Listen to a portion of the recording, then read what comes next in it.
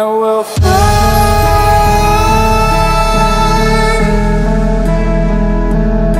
Oh, we'll fly away, away, away. Yeah. Hello, it's your boy Davidoff and welcome back to Movie Monday. I watched this week X-Men Origins Wolverine and the Wolverine, so Wolverine 1 and 2. Number 3, Logan, will be the last episode of this marathon. That'll be his own episode. It'll be right at the end. It'll be the 4th episode. It's 4 episodes this marathon. This episode and last episode, episode 4, is not necessary. It's not necessary. We just need episode 1 and 3 because this is a build-up to Dark Phoenix, and Wolverine is not in Dark Phoenix, as far as we know anyway. I'm pretty sure Hugh Jackman is not coming back, and I don't think they would cast a new person just for their last movie before it goes to Disney anyway. So, you know, there's not going to be any Wolverine. So these episodes are not necessary. They're not. But I still wanted to add them on because I'm doing a marathon X-Men movies. I'm going to watch 6 of them anyway. So I thought might as well just add the other one on anyway. Add the other trilogy on. They're still like connected to the X-Men universe anyway. So I don't see why not. I know Deadpool is as well. By that logic, I should include Deadpool, but the thing is, Deadpool doesn't cross over with the rest of the X. I mean, Deadpool was in Origins, to be fair, but that was the wrong Deadpool, the bad Deadpool. That doesn't count, okay? I know Ryan Reynolds was there technically, but it still doesn't count, okay? It doesn't count to me, damn it. So we're not doing Deadpool, even though I would love to watch them. Like, I love an excuse to watch those movies again, but there's mainly an X-Men marathon, and Wolverine was actually in the X-Men in the movies, so that's why Deadpool's not here. He wasn't in the X-Men in the movies, so yeah, let's not explain that here. We don't need to explain that. But yeah, I'm still adding these Wolverine movies in anyway because he was part of the X-Men and he was part of the stories in both trilogies, Days of Future Past and the original trilogy. He was the main character throughout as well. So even though we don't need it for Dark Phoenix, I think I'm still going to add it on. I spent too much time talking about that. Let's just talk about the movies this time. So yeah, I sat through Origins again. The monstrosity of a movie. This is one of the worst. When I think of bad super movies, I think there's one of the things I think of. I also think of Thor: The Dark World, Catwoman. I've only seen like half of Catwoman. I didn't even finish that movie. Fantastic Four, basically all of them. I haven't seen the first. There was one in like the 80s, I think. I never watched that one, but I watched the two in like 05, I think, and 07 they came out, and the latest one, that was the worst one. So yeah, I think of those movies, and Origins Wolverine is one of them. It is really bad. The main problem was Deadpool. The way they did Deadpool was very frustrating. But to be fair, because of this movie, we eventually got the 2016 Deadpool.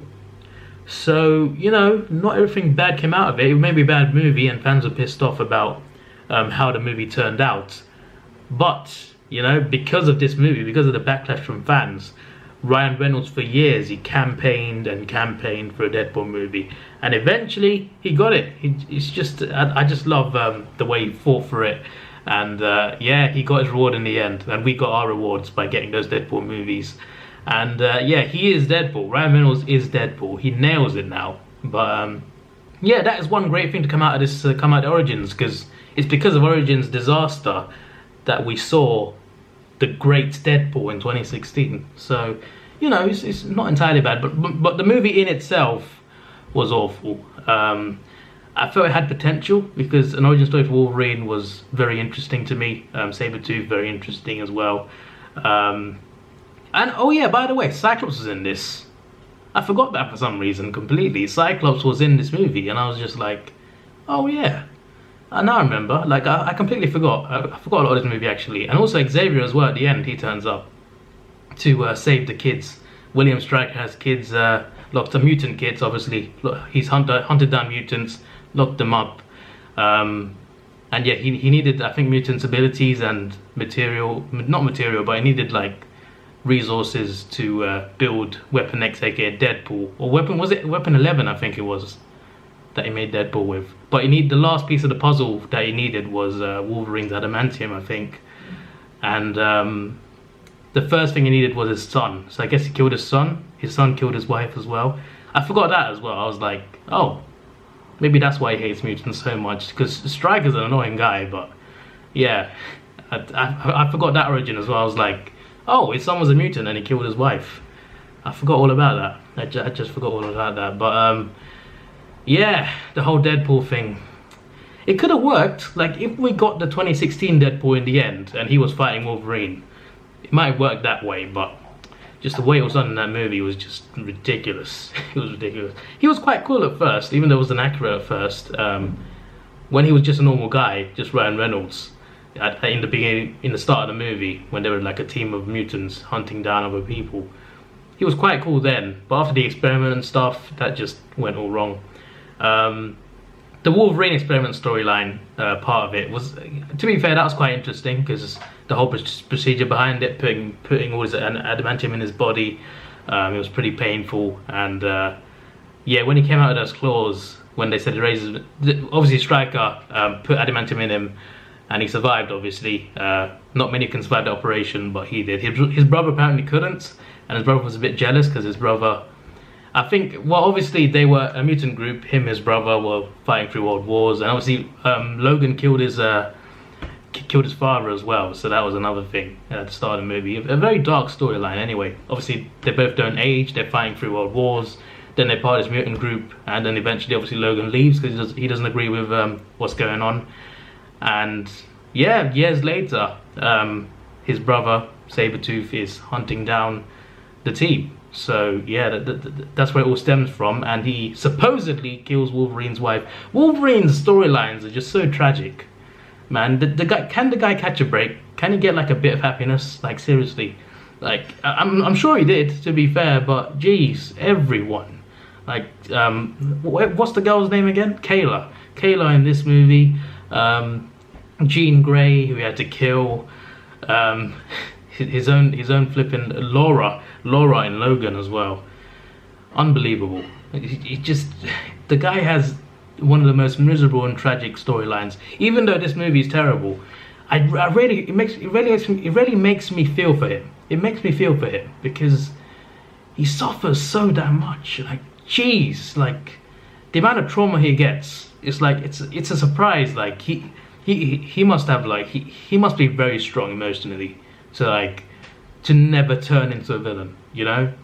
I'm sure he has been a villain at some point in comic books, but the fact that he's never turned into like a proper bad guy, I think that kind of says something about him, about his resilience in a way, you know? Because he goes through so much. Like a lot of men just would not be able to take the sort of trauma he does, but somehow he still wants to fight for people, he wants to help people, and I think that's great. But yeah, I love the thing about these movies, these Origins and the Wolverine. The problem with both of these movies is they're both PG-13, they're both 12. I mean, PG-13 is what it's called in America, but here it's called a 12 rating, which is what most movies are rated. And rated R in America is a 15 over here. It's a really weird age rating system. But anyway, because it's a PG-13, you can't really show much blood or much detail. And I think a lot of Wolverine kills just don't come off as that good, just because, like, you can't really show the brutality of it, you know? And I think it takes away from the fight scenes, because, especially after seeing Logan was just amazingly done. Especially after seeing that, I think, like, watching these movies, watching Wolverine fight is cool, Berserker mode as well, but when there's not really any blood and not really much detail, it just takes away from it. It takes away from how brutal it is. But yeah, Origins was just, I don't know what to say really. Origins was just all over the place. His girl didn't actually die either. She was actually like playing him. She was pretending to be dead. It was part of the plan because Stryker had her sister, so you understand why she did it. And she can get people to do what they want by touching him as well. So who knows how long she was playing Logan, you know? Because I feel like that love story was real, but she was still playing him in a way. She had a deal with him as well. So yeah, that was pretty sad. She did save her sister though, and all the mutants, or at least most of the mutants in there, were saved, including Scott Summers, and they escaped and they got saved by Xavier as well. Like when they're escaping, obviously you hear Xavier's voice talking to Scott in his head, and I was just like, oh yeah, he's in this. Like for some reason I completely forgot that Xavier turns up at the end, and I forgot that Scott was even in this. But that was a cool like origin to see of that as well, to like to see like when he got help. I think it takes place in the 70s. I think in the 70s, like no, I mean the movie starts in like very early 1900s, but it ends in the 70s. So yeah, about 20 years I think before the first X-Men movie. So yeah, the timeline's so confusing because I mean the timeline was fine up until The Last Stand and Origins, but then Days of Future Past happened, and then it's just all over the place. And I think like Dark Phoenix was only like a few years before the original X-Men movie, so it's really weird, you know, because if the original X-Men movie is just a few years after Dark Phoenix, and they're a lot older in that movie, it's just really weird and random in it. But yeah, it is what it is. But yeah, I definitely prefer the younger versions though overall. I can't wait for the next episode of this because it might not be next week though, because I might do something else next week. We'll see. It might be next week, but First Class, Days of Future Past, they're so damn good. Oh yeah, another thing, Gambit. Gambit is someone who's pretty cool, and they've apparently been working on a Gambit movie, but I don't think it's happening now because of the Disney stuff and because it's been delayed like constantly. Gambit was supposed to come out in 2016 with Deadpool in the same year. Meant to get a Gambit movie, Channing Tatum, and it just never happened. Like I just don't get it. We should have got it. I think it would have been cool to see that movie. I think he was pretty cool in Origins. I quite liked him. A lot of people didn't, I think, but I quite liked him. I didn't like most of the mutants, to be fair. Most of the main mutants in that mutant team didn't really like. I liked Deadpool before he turned into that monstrosity. I love Wolverine. Sabretooth was interesting at least. But yeah, where is Sabretooth though? That is a question. That is a question. Where is Sabretooth? Because he didn't die. I'm pretty sure, like, I mean, he was in X-Men, the 2000 movie, but I'm pretty sure he did not die. So, where is he? Where was he in Logan? That's what I want to know, because I have a feeling that he wasn't dead. Because I know they were referencing in that movie that mutants were mostly dead at that point. But I just don't, like, Laura, Logan, and Xavier were one of the last mutants, one of the last groups of mutants. I just feel like Sabretooth was alive somewhere, and I feel like they could have put him in Logan. But we never really see him die, do we? Unless I forgot something from the original trilogy, which I don't think I did. But I'm pretty sure Sabretooth is still alive in that universe. Maybe. I don't know. But that's a conspiracy theory there. Not a conspiracy theory, but it's a theory, but that is probably alive. So yeah, I don't think we'll ever find out though now, because obviously the universe is going to be over soon, and I don't think he would be in Dark Phoenix. Like, why would he? But yeah, anyway, onto the Wolverine. This for me was a much improved movie. Massive improvement on the original X-Men Origins. It was an origin story, obviously. It was a continuation. Takes place, I think, when does it? It comes out after First Class, I think. In the middle of First Class and Days of Future Past. And yeah, I think it's not a great movie. It's not like that, like, it's not groundbreaking, it's not amazing. The action scenes, I think, could be better, but they hold back. If these are rated R, they'd be so much better. But the quality dropped a little bit towards the second half of the movie. The first half was actually better overall. Very intense. I love the chase scenes, the fight scenes. But yeah, it was just good. It was good. It's just that Origins was so bad. This just looks so much better. The second one, visually as well, much better. And obviously, there's that mutant Viper as well, who takes away his powers. I mean, his powers are still there technically, but he can't regenerate as much. So that was pretty cool to see, like, Wolverine with a weakness, not invincible, trying to fight off gunmen. That was interesting to see how he recovered and stuff. But yeah, the villain was okay. The villain was at least interesting. I wonder which war that was. I think, yeah, I mean, I know what war it is. Like, what I was asking was, I wonder where Sabretooth was in that scene as well. In the beginning scene when that nuke goes off and he saves that guy. Because Logan and his brother, they fought through wars constantly. So where was his brother in this one? I wonder. But yeah, I keep asking where's Sabretooth. Like, I want to know, like, where was he here? Where was he there? I want to know where he is, because we didn't see him die. That's all I'm saying. And it would have been nice to see him in Logan. That's all I'm saying as well. But yeah, there was a reference actually in the Wolverine movie to Ronin. Ronin is what Hawkeye turns into in Avengers Endgame and in the comics as well. I'm pretty sure that's confirmed now. We saw him in the Ronin suit in the Avengers Endgame trailer. I'm pretty sure Ronin is not like specific to Hawkeye, but it's a reference to a samurai sort of a ninja. I've forgotten exactly what she said. I just got Ronin written down here, but a samurai warrior, I think it was, called Ronin.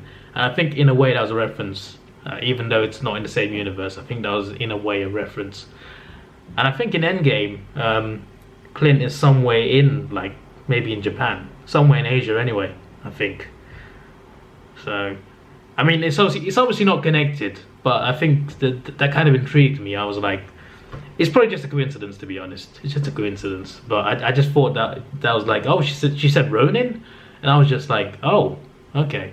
But anyway, also the girl, the purple-haired girl who came and got Logan to go to Japan to help this guy.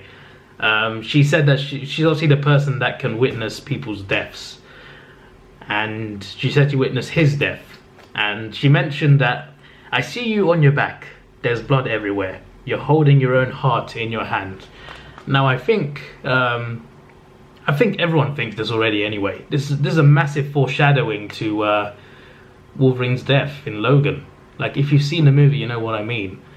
Like, I see you on your back. There's blood everywhere. You're holding your own heart in your hand. His heart being his daughter, who was holding his hand at the end of Logan. I felt that was excellent foreshadowing. I know in that movie they did not know they were making Logan, to be fair. Maybe it was in the plan, I don't know. But still, that was really good foreshadowing. Because in the movie, there was a similar situation where she saw him die, and he didn't die. And they said she was wrong. But was she wrong? Technically, it still happened in a different way, just in another movie in the future. So technically, she did see his death. So yeah, I think that was a really cool, like a really interesting connection, I gotta say. So yeah, that's all I got to say really. Sorry, I don't go into much depth because I don't think I need to. I'm just going to talk about them, what I think about them. That's the main point of this, just to tell you what I think about these movies. And I don't feel these movies need to go into that much detail, to be honest. Neither movie is great. It's just that the second one is a lot better and it's actually pretty good. The first one was just terrible. But I still think it's worth checking out, though. I think it's worth checking out just to remember more things. And I like Wolverine's storyline, even though Origins is terrible. My favorite part of the X-Men movies have been Wolverine's path from the first X-Men movie up until Days of Future Past, up until Logan. I mean, sorry. So I like the storyline, even though it's so tragic. It's just a character that I really like. So I had to add these on, that's for sure, even though I don't think highly of these movies anyway. The second one, though, I think was a big improvement, and as I said, it was pretty good. So yeah, if I was to rate them, Origins like 2 out of 10, and that's being nice. The Wolverine, I would give a 7. I'd give it a 7. It was pretty good. It was pretty good. Definitely had some faults, but it was alright. It was alright. So yeah, that's about it really. Next episode would be First Class, Days of Future Past, and Apocalypse, which is also not that good, but we'll watch that as well, and I'll talk about that as well. Probably a bit more detail with that episode. As I said, I think I said already, it might not be next week just because there is something Endgame related I want to do. I just don't know when I'm going to do it, and it might be after this marathon or before it, but it might be next week. So this might be interrupted, and yeah, it's not urgent anyway because Dark Phoenix doesn't come out until June anyway, so we got time until then for 2 more episodes anyway. So yeah, there'll be more marathons coming soon, by the way. No, actually not. Don't say that, Davidoff. They'll be coming at some point. Obviously, if I say I'm going to do them now, then you'll be waiting for them. You might be waiting for them anyway, and then I'll be like, haven't done them yet, and then it might be like next year by the time I get to them. So I'm not going to say what they are, but I've got other marathons written down. That's all I can say. And also I want to do that series where I watch random movies that I haven't seen before, and that will probably be a once a month thing at some point. Probably in the summer onwards, it'll be like a once a month episode of me watching random movies. This was your boy Davidoff. Please like, share, subscribe. Thanks for watching. Have a good day and see ya.